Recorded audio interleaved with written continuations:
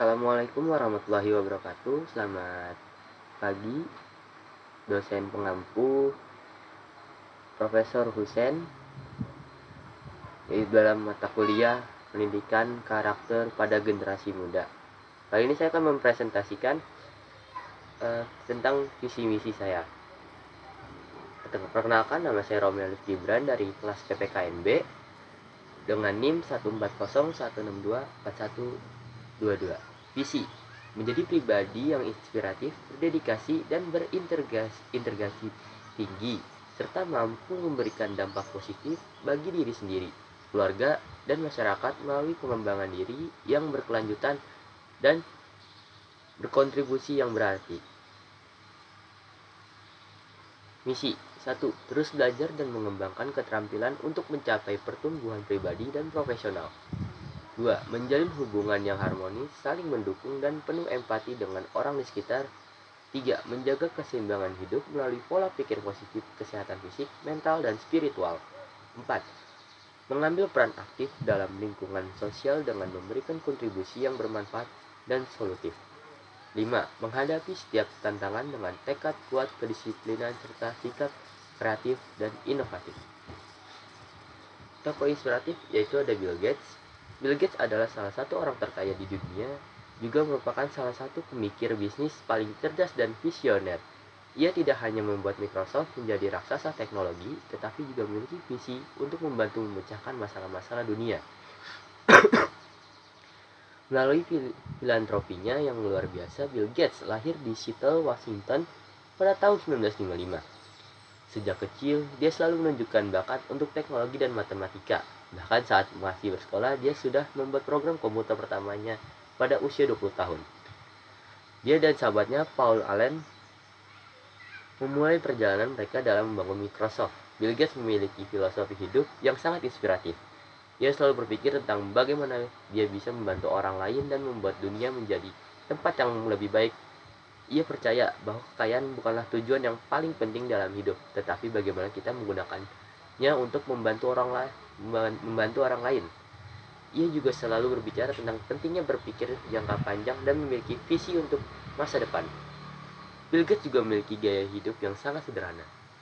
Meskipun memiliki kekayaan yang luar biasa, dia tetap hidup dengan cara yang sederhana dan fokus pada hal-hal yang bisa benar-benar penting dalam hidup. Ia selalu memberikan nasihat tentang pentingnya memahami prioritas dan fokus pada hal-hal yang sebenarnya penting dalam hidup. Sebagai pemikir bisnis paling cerdas dan visioner, Bill Gates memberikan inspirasi bagi banyak orang di seluruh dunia. Ia membuktikan bahwa dengan kerja keras, dedikasi, dan visi yang jelas, kita bisa mencapai apapun yang kita inginkan. Ia juga membuktikan bahwa kekayaan bukanlah hal yang paling penting dalam hidup, tetapi bagaimana kita menggunakannya untuk membantu orang lain dan membuat dunia menjadi tempat yang lebih baik. Jadi jika kamu menjadi seperti Bill Gates, ingatlah untuk selalu berpikir jangka panjang, memiliki visi yang jelas, fokus pada hal-hal yang benar-benar penting, dan selalu berusaha membantu orang lain.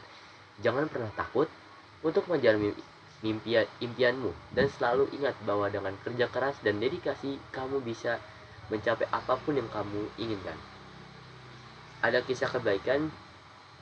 Di sebuah desa kecil, hiduplah seorang anak bernama Budi yang berasal dari keluarga sederhana. Setiap hari, ia pergi ke sekolah dengan penuh semangat meskipun hanya memakai sepatu tua yang sudah berlubang. Sepatu itu satu-satunya yang ia miliki, dan meski kondisinya buruk, Budi tetap bersyukur. Hujan deras seringkali membuat sepatu itu basah dan sulit digunakan. Tapi tidak sedikit pun hal mengurangi semangat untuk belajar. Di kelas ada seseorang teman bernama Andi. Anak yang berasal dari keluarga berkecukupan. Andi sering memperhatikan Budi yang berjalan hati-hati agar sepatunya tidak semakin rusak. Suatu hari ketika pulang sekolah, Andi menceritakan keadaan Budi kepada orang tuanya. Mereka memberikan nasihat kepadanya bahwa menolong sesama adalah salah satu bentuk kebaikan terbesar. Terinspirasi oleh hal itu, Andi memutuskan untuk menyisihkan uang sakunya sedikit demi sedikit. Ia rela mengurangi jajan dan membeli barang-barang kecil selama beberapa minggu demi satu tujuan, yaitu membelikannya Budi sepatu baru. Setelah tabungannya terkumpul, Andi pergi ke toko sepatu bersama ayah dan ibunya, memilih sepasang sepatu terbaik yang bisa ia beli tanpa ingin diketahui. Keesokan harinya, Andi diam-diam meletakkan kotak sepatu itu di atas meja Budi sebelum kelas dimulai. Di kotak tersebut terdapat tulisan kecil, "Untuk sahabatku yang penuh semangat, teruslah bermimpi dan belajar."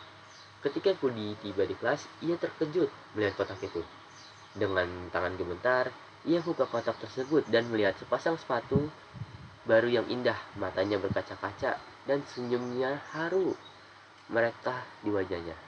Budi memandang sekeliling kelas, berusaha mencari tahu siapa yang telah memberikan hadiah itu.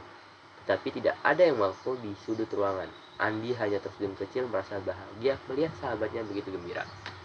Hari itu Budi pulang dengan langkah lebih ringan dan hati yang penuh rasa syukur. Sepatu itu bukan sekadar benda, melainkan simbol dari kepedulian, kebaikan hati seseorang. Dari tindakan kecil, Budi belajar bahwa kebaikan tidak selalu harus besar. Bahkan hal yang sederhana dapat membawa kebahagiaan mendalam bagi orang lain.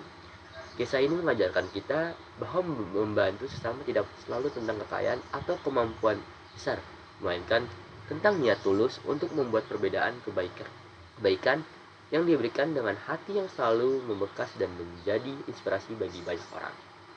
Selanjutnya ada kata-kata hikmah. Yang pertama yaitu, cukup Allah menjadi penolong kami dan Allah adalah sebaik-baiknya pelindung dan sebaik-baiknya penolong kami.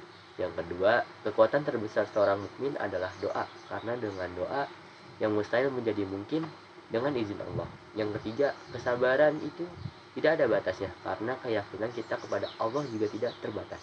4. Jika Allah menguji kita dengan kehilangan sesuatu, yakinlah Dia akan menggantinya dengan yang lebih baik. 5. Jangan merasa kecil atas apa yang kamu miliki.